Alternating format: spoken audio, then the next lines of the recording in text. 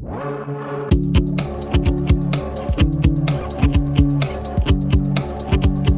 previews, la présentation de chaque équipe du Top 14, une par jour pendant 2 semaines, et on arrive presque à la fin puisque c'est le 11e épisode consacré à La Rochelle, avec pour en parler Nicolas Hugo. Bonjour. Ça va ? Ça va très bien. Ça veut dire que si on est au 11e épisode, le top 14 reprend bientôt. C'est ça, c'est quand même bon signe si on arrive à le disputer. Ces Rochelais l'an passé ont fait une belle petite saison, on termine à la 5e place dans les clous. Oui, c'était une saison qui était bien partie, en tout cas, qui s'est terminée un peu bizarrement avec une lourde défaite au Racing. Et on sentait cette équipe un peu plus en difficulté sur les dernières semaines. Mais elle avait assuré à domicile avec, je crois, 8 victoires. Mais il avait manqué une petite flamme à l'extérieur, une seule victoire. Alors bien sûr, il restait des matchs qu'on pouvait juger accessibles aux Rochelais à l'extérieur. Mais on ne saura pas. C'est ça, on ne saura jamais, très bien. Est-ce qu'on pouvait espérer mieux de ces Rochelais qui étaient quand même qui n'ont pas envoyé beaucoup d'internationaux dans l'équipe de France? On pense à Aldrit, c'est à peu près tout. Oui, on aurait pu penser qu'il s'approcherait peut-être de la 3e place, parce que l'UBB et Lyon trustaient les 2 premières places, étaient loin devant, mais La Rochelle avait vraiment les moyens, je pense effectivement avec peu d'internationaux retenus pendant le tournoi notamment, de se hisser un peu plus haut, mais bon, ils étaient quand même dans les qualifiables. C'est ça. Petit mot aussi sur leur parcours européen, ils ont eu l'habitude de faire des fois, surtout en Challenge Cup, des jolis parcours. Là, ils sont tombés dans une poule avec Exeter, Sale, Glasgow, c'était difficile d'en sortir. Oui, puis ça s'est mal passé de suite lors des 2 premières journées de Coupe d'Europe. On sait leur importance dans la suite de la compétition. Donc à partir de là, je pense qu'ils ont moins forcé en Coupe d'Europe. D'accord. Et puis Exeter, c'est un gros morceau. Oui, il faut toujours s'en sortir. Très bien. Pour finir cette partie sur la saison passée, je vais te dire tous les joueurs qui quittent le club, et il y en a beaucoup. Et tu me diras pour toi lesquels sont des départs importants.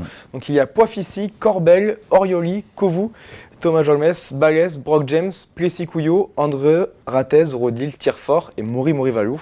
Qui est-ce qui va manquer à ce club?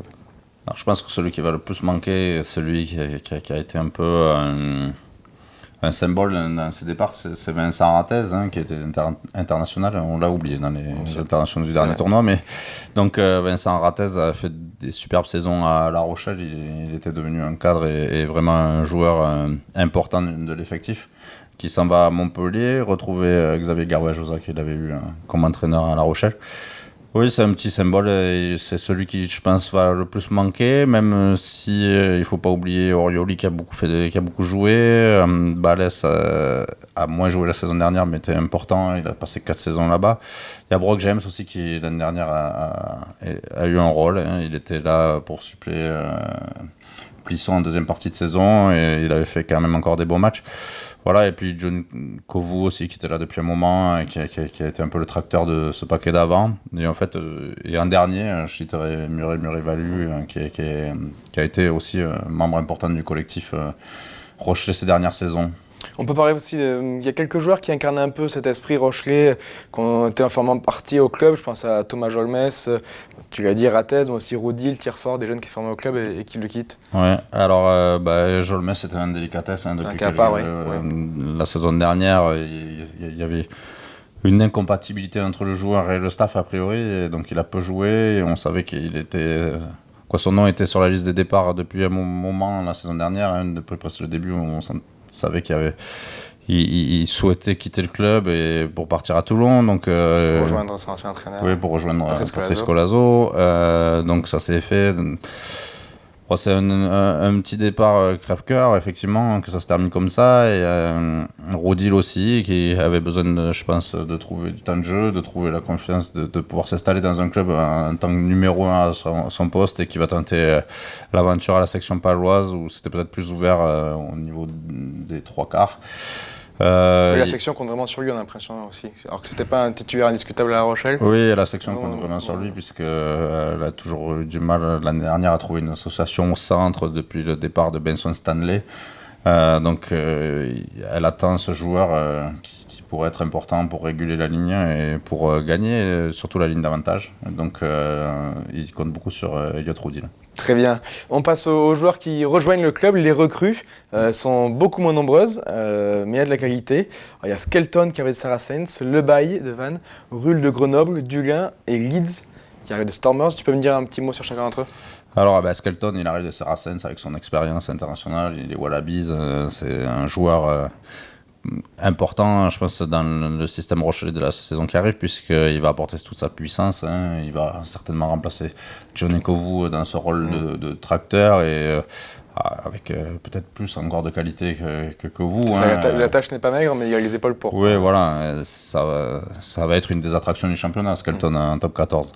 Le bail, il était de La Rochelle, puis parti à Vannes pour s'aguerrir en Pro D2. Il a parfaitement rempli son rôle, il a trouvé du temps de jeu, il est devenu titulaire à Vannes, dans une équipe qui a bien tourné en Pro D2, qui a accroché une phase finale, et puis l'année dernière qui était encore dans les clous. Il s'est imposé comme le numéro 1 là-bas. Il était intéressant, je pense, de le faire revenir à La Rochelle, où il sera numéro 2 quand même de Carbarlo, qui a accroché le poste de numéro 1. D'accord. Après, Raymond Roule, un ailier puissant de Grenoble, qui avait forcément tapé dans l'œil de plusieurs clubs du top 14. Je pense que La Rochelle est content d'avoir remporté la mise. Ça, on se demandait ce qu'il faisait un petit peu en Pro D2 ce jour-là, il était un peu au-dessus. Oui, Grenoble avait réussi à l'attirer et à le conserver en Pro D2. C'était un beau coup. Déjà. Avec la fin du championnat et l'impossibilité de monter, c'était assez logique que Roule retrouve un club en top 14. Très bien. Après, Brice Dulin, qui était au Racing avec des petits pépins physiques depuis 2 ans, alors qu'on le sentait revenir en pleine forme. Ça a commencé lorsqu'il avait été sélectionné par Jacques Brunel, je crois, lors de son premier tournoi en 2018. Il se blesse juste avant, et depuis, il a enchaîné les petits problèmes physiques qui ne lui a pas permis de s'installer durablement sur les 2 dernières saisons au poste d'arrière au Racing. Et il espère quand même retrouver du temps de jeu et un poste de titulaire en venant à La Rochelle. Il est, je pense, revanchard et c'est quand même un super joueur, donc attention à lui. Ça, s'il est en Cannes, ça peut être une très très bonne pioche. Ça peut être une très bonne pioche. Et puis un peu à l'image de ce qu'ils ont fait avec Plisson, qui était un bon joueur, qui a eu des sélections d'équipe de France et qui se relance à La Rochelle. Je pense que Brice Dulin a besoin d'un nouveau challenge là, pour j'allais pas dire les dernières saisons de sa carrière, mais il en reste quand même les prochaines. Les prochaines. Voilà. Et puis enfin, le polyvalent ailier arrière des Stormers, qui, je pense, c'est une très bonne pioche. C'est ça. On ne sait pas pour l'instant grand-chose. Non, mais en tout cas, le sélectionneur sud-africain, lui, il en sait quelque chose, puisqu'il l'a présélectionné sur une liste pour disputer le Rugby Championship, s'il doit avoir lieu. Je crois que la fédération sud-africaine a fait parvenir une lettre à la fédération française pour dire que les joueurs pourraient quitter la France le 13 octobre jusqu'au 18 décembre, ou non, du 18 octobre au 13 décembre. Ça fait 2 bons mois. Voilà, il fait partie de cette liste, donc on ne sait jamais. Alors peut-être qu'il sera que réserviste et qu'il ne va pas être appelé au final, mais en tout cas ça veut dire qu'il n'est pas loin des Springboks, champion du monde. C'est forcément un bon signe. Forcément c'est un bon signe pour les Rochelais, même s'ils doivent être un peu déçus s'ils partent pendant 2 mois. D'accord, très bien. On passe du coup à la 3e thématique, l'effectif. Alors pour toi, quel est le point fort de cette équipe Je trouve que c'est l'homogénéité, et notamment, alors même s'ils ne sont pas tous internationaux actuellement, l'expérience de cet effectif finalement qui a été bâti, on voit qu'il y a énormément d'internationaux qui l'ont été. Je pense à Priso, à Tonio, Doumerou, même Plisson, Dulin. Alors effectivement, ils ne sont pas encore aujourd'hui... C'est des joueurs qui ne le sont plus, mais qui ont tous connu cette expérience. Ils ont tous connu cette expérience, ils sont tous potentiellement encore sélectionnables, et ils peuvent espérer un jour revenir dans leur sélection respectives. Il y a aussi des anciens All Blacks, ça compte. Et au final, on s'aperçoit que c'est une équipe qui, en termes d'expérience, est plutôt bien lotie. D'accord, très bien. Un point faible peut-être ? Le point faible, je pense que c'est... ils n'ont pas encore trouvé depuis l'année dernière leur cohésion collective, en tout cas s'ils en ont une, mais ils ne l'ont pas amené à son maximum. C'est peut-être pour ça qu'il a manqué quelques victoires à l'extérieur l'année dernière. Il leur manque un peu cette aventure commune. Alors ça peut aller très vite, hein. C'est le début du championnat, on sait comment ça se passe, une victoire à l'extérieur, et il peut naître quelque chose dans un groupe. C'est là où La Rochelle va devoir se créer une histoire, je dirais, dans ce groupe-là. D'accord, très bien. On fait du coup un rapide tour sur le 15 probable qu'on a dessiné cet été dans Midi Olympique. Alors ce 15 probable, ça donnerait ça. Une première ligne Priso, Bosch, Antonio, Bosch ou Bourgarit, ça dépend, les joueurs alternent beaucoup. Une seconde ligne Sadis Calton. Une troisième ligne Aldrid, Gourdon, Vito. Une charnière Carbarlo, Plisson. Ozel, Roule et Retière. Au centre, Botia, Doumerou. Et à l'arrière, Duguin, Olids. Voilà, les deux joueurs dont on est incertain de leur niveau aujourd'hui. Oui, on en revient à ce qu'on disait, c'est des internationaux partout. Des internationaux partout, mis à part Romain Sazi, mais qui est très important dans cet effectif. Vraiment, c'est beau quand même sur le papier, quoi, comme 15 au départ. Quoi. Ils peuvent regarder tout le monde c'est très dans compétitif, les yeux. Quoi. Ouais. C'est compétitif, homogène. Il y a des super joueurs, je pense, derrière surtout aussi, parce qu'il n'y a pas Saint-Zel dans le groupe là, alors qu'on a vu qu'il pouvait dépanner partout.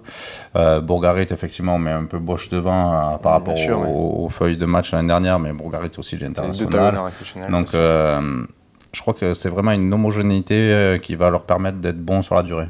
D'accord, très bien. Si on retire ces joueurs-là, pour toi, est-ce qu'il y a un joueur à suivre qui pourrait exploser cette saison aux yeux du grand public? Oui, alors je dirais le deuxième ligne Lavaux, qu'on a vu l'année dernière, qui est jeune encore, je crois, 21 ans, qui a fait beaucoup de feuilles de match l'année dernière, quelques titularisations.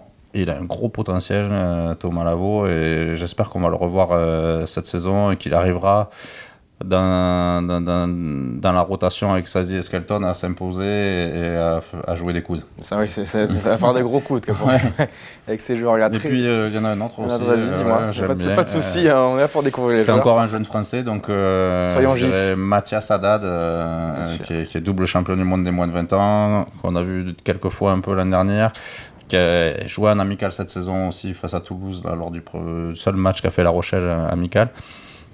C'est un énorme potentiel. À chaque fois qu'on le voit jouer avec les Bleus, on est impressionné par son niveau. Et donc, on espère qu'il passe le cap, en tout cas qu'il gagne de l'expérience cette année vraiment en top 14. D'accord, très bien.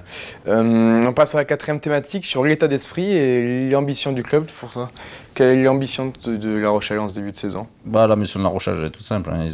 Maintenant, ils font partie des équipes largement évoqué pour une qualification, quoi. C'est une équipe du haut du tableau. Maintenant, La Rochelle, c'est confirmer ce statut-là, je pense, parce qu'effectivement, ils ont fini un peu la saison dernière avec un peu de regret, des déceptions, ne pas être un peu plus haut dans le classement, puisqu'ils étaient à la lutte à la 6e place. Et je pense qu'ils veulent s'imposer vraiment comme une équipe capable de jouer les 4 premières places.